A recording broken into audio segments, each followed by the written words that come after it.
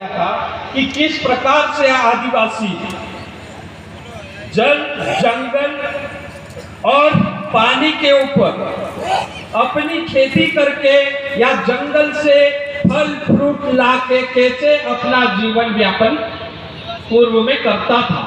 और जब सरकार आई तो उसके बाद में फॉरेस्ट का अत्याचार कैसे हुआ, पुलिस का अत्याचार कैसे हुआ, और जैसे कई सारे लोग आदिवासी के देवी देवताओं के ऊपर आक्रमण करके उन देवी देवताओं को जो है कन्वर्ट करने का काम कर रहे हैं, उसकी बात इसमें आई है।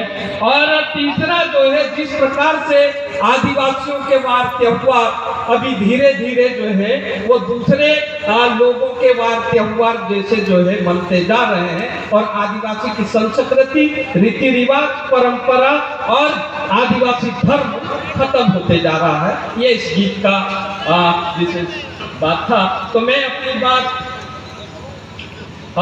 शुरू करता हूँ। जिस प्रकार से हम लोग आज यहाँ पर मिशन युवा नेतृत्व 2023 की तैयारी को लेकर ये सम्मेलन का आयोजन किए, लेकिन उसके पहले जब हमारा देश गुलाम था उस समय भी इस तरह के जो है आयोजन हमारे पूर्वज करते आए। जैसे मैं आपको याद दिलाना चाहता हूं 1857 की क्रांति की, हमने जो है कार्यक्रम शुरू करने के पूर्व हमारे क्रांतिकारियों के चित्र के ऊपर माल्या अर्पण करने के बाद में कार्यक्रम का शुरुआत किया। मैं उन क्रांतिकारियों के आंदोलन के बारे में आपको बताना चाहता हूं कि जिस प्रकार से 1857 की क्रांति में हमारे क्रांतिकारियों ने लड़ाई किया, लेकिन इतिहास में साथियों 1857 में खून की नदियां बही थी, ये बात जरूर लिखी है, लेकिन वो नदियां कहाँ थी और वो नदी में बहने वाला खून किसका था?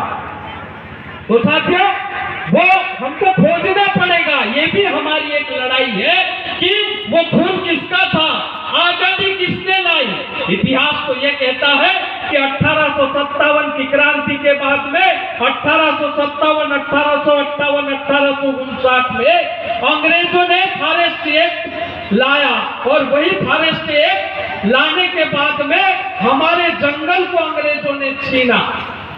उसके बाद में अंग्रेजों ने जो है हमारे जंगल को छीनने की कोशिश किया, तभी जो है एक बड़ा आंदोलन आदिवासियों और अंग्रेजों के बीच में हुआ। उसके बाद में अंग्रेजों ने फ्रांस से एक पर्यावरणवादी को बुला के भारत में लाया, और उस पर्यावरणवादी ने हमारे भारत के जंगल को 3 टुकड़े में बांटा, और वो 3 टुकड़े जिसमें बड़े पेड़ थे वो उसको रिजर्व कर दिया, और उससे कम छोटे पेड़ थे उसको अलग कर दिया, और जो एकदम छोटे पेड़ थे उसको अलग कर दिया। क्यों किया साथियों?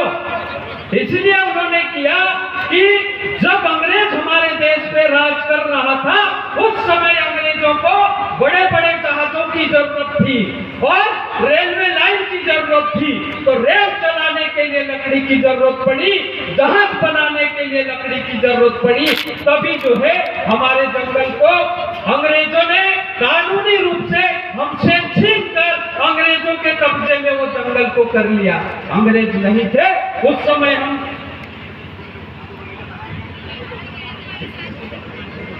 तो इसी ढंग से जो है अंग्रेजों ने हमसे जंगल छीना था, हमको गुलाम बनाया।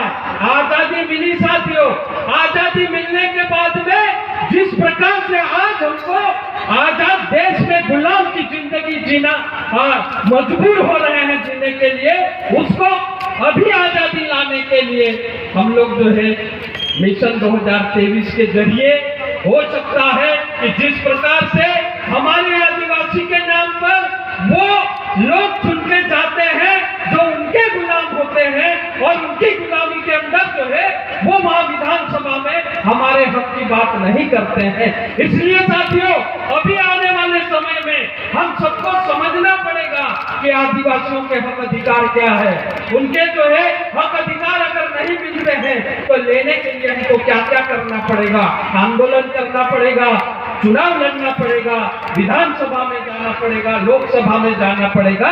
तो उसके लिए हमको तैयारी करना पड़ेगा और सब मिलकर जो है ऐसे आदिवासी साथियों को जो पढ़े लिखे हो, समझदार हो और आदिवासी के हक अधिकार कैसे लाना वो जानते हैं, ऐसे साथियों को हमको मिलकर जो है विधानसभा और लोकसभा में भेजना पड़ेगा। साथियों, इन्हीं दो शब्दों के साथ मैं अपनी बात खत्म करता हूँ। बहुत बहुत धन्यवाद।